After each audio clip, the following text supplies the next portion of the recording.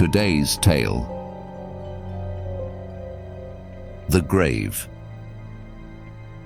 A story of stark terror. By Orville R. Emerson. The end of this story was first brought to my attention when Fromwiller returned from his trip to Mount Kemmel with a very strange tale indeed, and one extremely hard to believe. But I believed it enough to go back to the Mount with From to see if we could discover anything more. And after digging for a while at the place where From's story began, we made our way into an old dugout that had been caved in, or at least where all the entrances had been filled with dirt. And there we found, written on German correspondence paper, a terrible story. We found the story on Christmas Day, 1918, while making the trip in the Colonel's machine from Watteau in Flanders, where our regiment was stationed. Of course, you have heard of Mount Kemmel in Flanders. More than once it figured in newspaper reports as it changed hands during some of the fiercest fighting of the war. And when the Germans were finally driven from this point of vantage, in October 1918, a retreat was started, which did not end until it became a race to see who could get into Germany first. The advance was so fast that the victorious British and French forces had no time to bury their dead, and terrible as it may seem to those who have not seen it, in December of that year one could see the rotting corpses of the unburied dead scattered here and there over the top of Mount Kemmel. It was a place of ghastly sights and sickening odours, and it was there that we found this tale. With the chaplain's help, we translated the story, which follows. For 2 weeks I have been buried alive. For 2 weeks I have not seen daylight, nor heard the sound of another person's voice. Unless I can find something to do besides this everlasting digging, I shall go mad. So I shall write. As long as my candles last, I will pass part of the time each day in setting down on paper my experiences. Not that I need to do this in order to remember them. God knows that when I get out, the first thing I shall do will be to try to forget them, but if I should not get out. I am an Oberleutnant in the Imperial German Army. 2 weeks ago, my regiment was holding Mount Kemmel in Flanders. We were surrounded on 3 sides and subjected to a terrific artillery fire, but on account of the commanding position, we were ordered to hold the mount to the last man. Our engineers, however, had made things very comfortable. Numerous deep dugouts had been constructed, and in them we were comparatively safe from shell fire. Many of these had been connected by passageways, so that there was a regular little underground city, and the majority of the garrison never left the protection of the dugouts. But even under these conditions, our casualties were heavy. Lookouts had to be maintained above ground, and once in a while a direct hit by one of the huge railway guns would even destroy some of the dugouts. A little over 2 weeks ago, I can't be sure because I have lost track of the exact number of days, the usual shelling was increased 100-fold. With about 20 others, I was sleeping in one of the shallower dugouts. The tremendous increase in shelling awakened me with a start, and my first impulse was to go at once into a deeper dugout, which was connected to the one I was in by an underground passageway. It was a smaller dugout, built a few feet lower than the one I was in. It had been used as a sort of a storeroom, and no one was supposed to sleep there. But it seemed safer to me, and alone I crept into it. 1,000 times since I have wished I had taken another man with me, but my chances for doing it were soon gone. I had hardly entered the smaller dugout when there was a tremendous explosion behind me. The ground shook as if a mine had exploded below us. Whether that was indeed the case, or whether some extra-large caliber explosive shell had struck the dugout behind me, I never knew. After the shock of the explosion had passed, I went back to the passageway. When about halfway along it, I found the timbers above had fallen, allowing the earth to settle, and my way was effectually blocked. So I returned to the dugout and waited alone through several hours of terrific shelling. The only other entrance to the dugout I was in was the main entrance from the trench above, and all those who had been above ground had gone into dugouts long before this. So I could not expect anyone to enter while the shelling continued, and when it ceased, there would surely be an attack. As I did not want to be killed by a grenade thrown down the entrance, I remained awake in order to rush out at the first signs of cessation of the bombardment and join what comrades there might be left on the hill. After about 6 hours of the heavy bombardment, all sound above ground seemed to cease. 5 minutes went by, then 10. Surely the attack was coming. I rushed to the stairway leading out to the air. I took a couple of strides up the stairs. There was a blinding flash and a deafening explosion. I felt myself falling, then darkness swallowed everything. How long I lay unconscious in the dugout I never knew. But after what seemed like a long time, I practically grew conscious of a dull ache in my left arm. I could not move it. I opened my eyes and found only darkness. I felt pain and a stiffness all over my body. Slowly I rose, struck a match, found a candle and lit it, and looked at my watch. It had stopped. I did not know how long I had remained there unconscious. All noise of bombardment had ceased. I stood and listened for some time, but could hear no sound of any kind. My gaze fell on the stairway entrance. I started in alarm.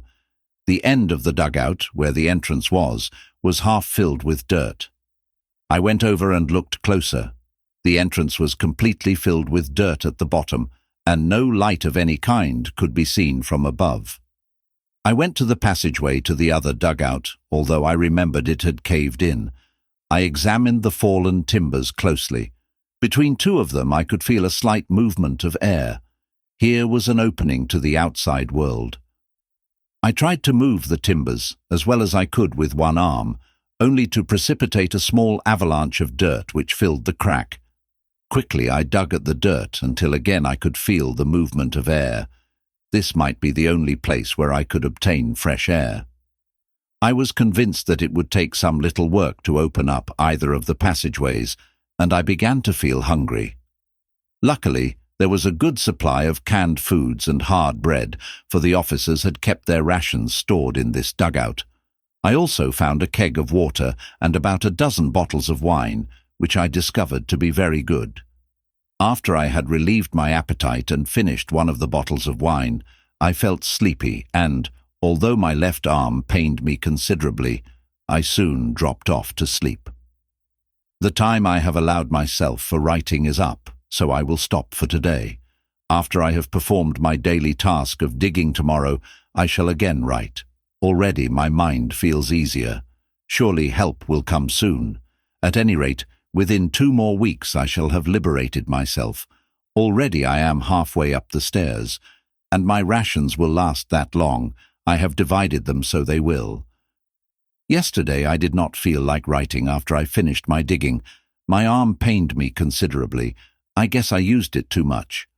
But today I was more careful with it, and it feels better, and I am worried again.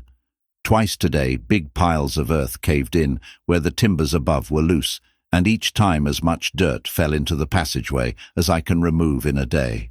2 days more before I can count on getting out by myself.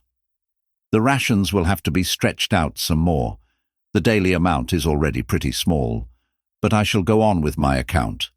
From the time I became conscious I started my watch, and since then I have kept track of the days.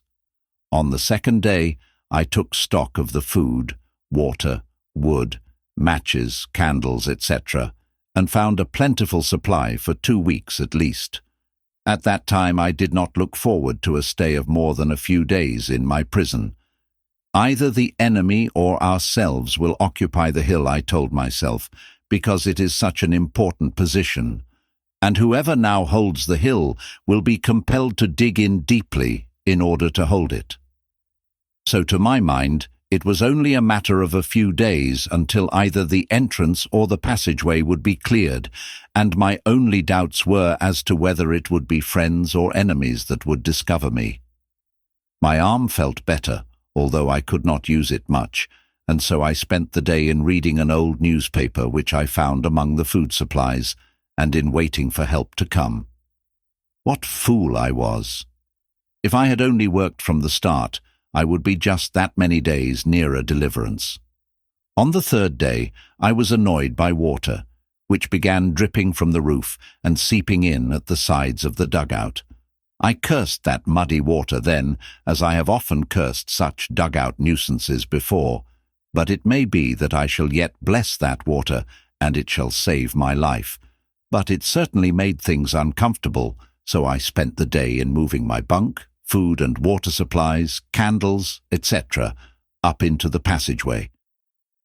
For a space of about 10 feet it was unobstructed, and being slightly higher than the dugout, was drier and more comfortable. Besides, the air was much better here, as I had found that practically all my supply of fresh air came in through the crack between the timbers, and I thought maybe the rats wouldn't bother me so much at night. Again, I spent the balance of the day simply in waiting for help. It was not until well into the 4th day that I really began to feel uneasy. It suddenly became impressed on my consciousness that I had not heard the sound of a gun or felt the earth shake from the force of a concussion since the fatal shell that had filled the entrance. What was the meaning of the silence?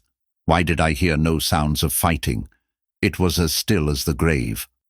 What a horrible death to die, buried alive!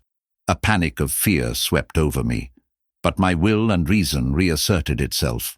In time, I should be able to dig myself out by my own efforts. It would take time, but it could be done. So, although I could not use my left arm as yet, I spent the rest of that day and all of the 2 following days in digging dirt from the entrance and carrying it back into the far corner of the dugout. On the 7th day after regaining consciousness, I was tired and stiff from my unwanted exertions of the 3 previous days. I could see by this time that it was a matter of weeks, 2 or 3 at least, before I could hope to liberate myself. I might be rescued at an earlier date, but without outside aid, it would take probably 3 more weeks of labor before I could dig my way out. Already dirt had caved in from the top, where the timbers had sprung apart, and I could repair the damage to the roof of the stairway only in a crude way with one arm, but my left arm was much better. With a day's rest, I would be able to use it pretty well. Besides, I must conserve my energy, so I spent the 7th day in rest and prayer for my speedy release from a living grave. I also reapportioned my food on the basis of 3 more weeks. It made the daily portions pretty small, especially as the digging was strenuous work. There was a large supply of candles, so that I had plenty of light for my work. But the supply of water bothered me. Almost half of the small keg was gone in the first week. I decided to drink only once a day. The following 6 days were all days of feverish labor, light eating, and even lighter drinking. But despite all my efforts, only a quarter of the keg was left at the end of 2 weeks. And the horror of the situation grew on me. My imagination would not be quiet. I would picture to myself the agonies to come, when I would have even less food and water than at present.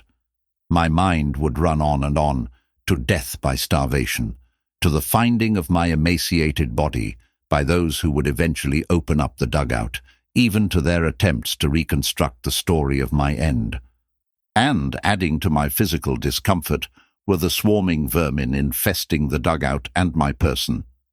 A month had gone by since I had had a bath, and I could not now spare a drop of water even to wash my face. The rats had become so bold that I had to leave a candle burning all night in order to protect myself in my sleep. Partly to relieve my mind, I started to write this tale of my experiences. It did act as a relief at first, but now, as I read it over, the growing terror of this awful place grips me. I would cease writing, but some impulse urges me to write each day. 3 weeks have passed since I was buried in this living tomb. Today I drank the last drop of water in the keg. There is a pool of stagnant water on the dugout floor, dirty, slimy, and alive with vermin, always standing there, fed by drippings from the roof. As yet I cannot bring myself to touch it.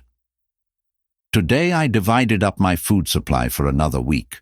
God knows the portions were already small enough, but there have been so many cave-ins recently that I can never finish clearing the entrance in another week. Sometimes I feel that I shall never clear it, but I must. I can never bear to die here. I must will myself to escape, and I shall escape. Did not the captain often say that the will to win was half the victory? I shall rest no more. Every waking hour must be spent in removing the treacherous dirt. Even my writing must cease. I am afraid. I must write to relieve my mind. Last night I went to sleep at 9 by my watch. At 12 I woke to find myself in the dark, frantically digging with my bare hands at the hard sides of the dugout. After some trouble I found a candle and lit it. The whole dugout was upset. My food supplies were lying in the mud.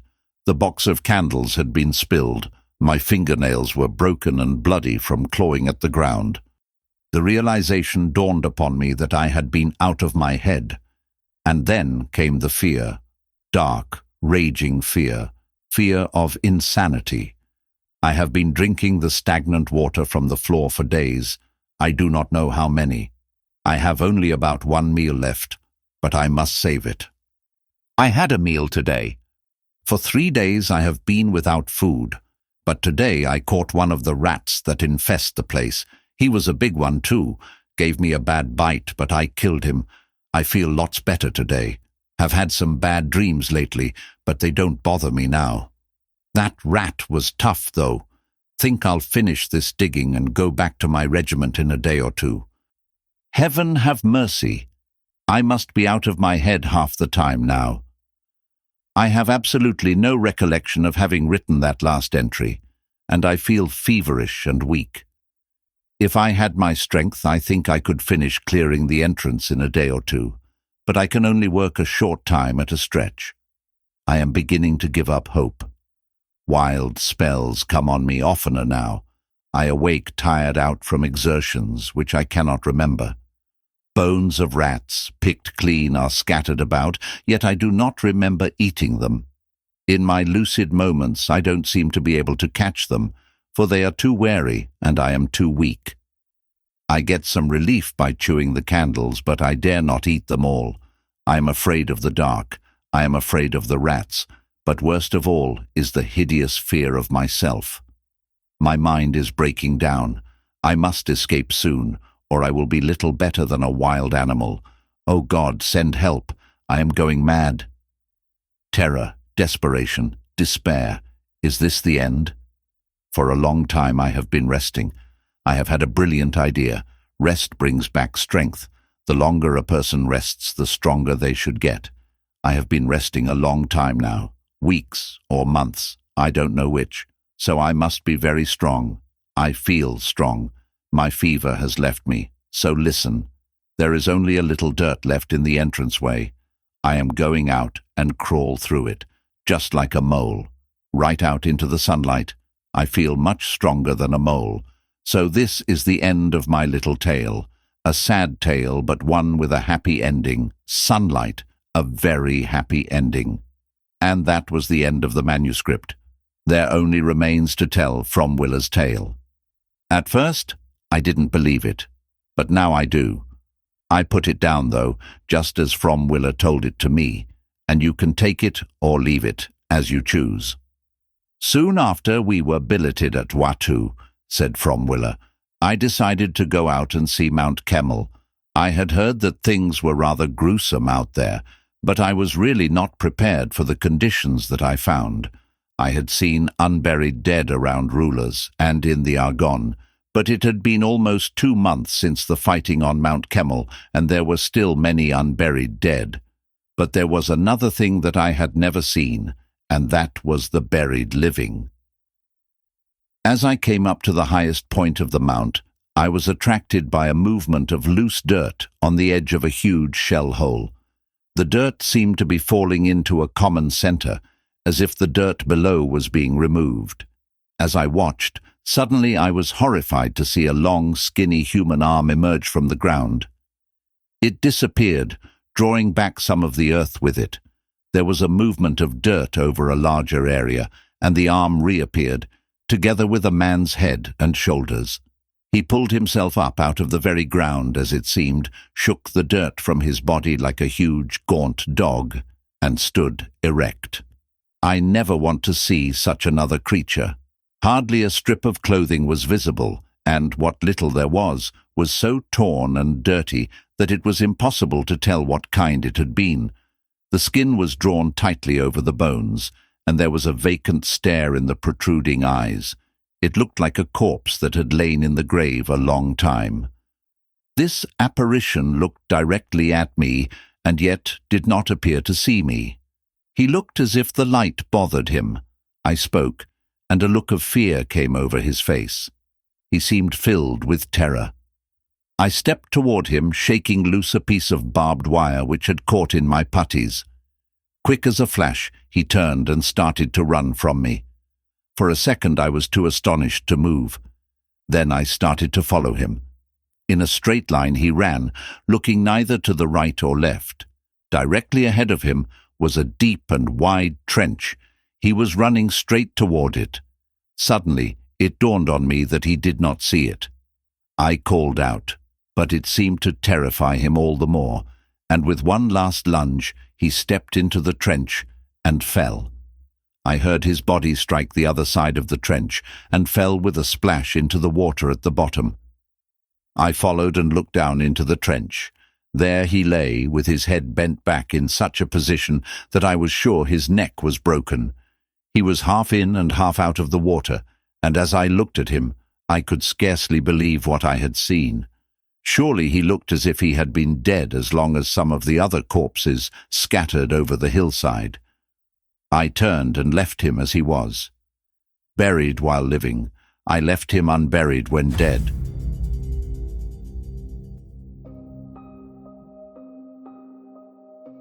If you enjoyed this, please subscribe and share with another classic audiobook lover.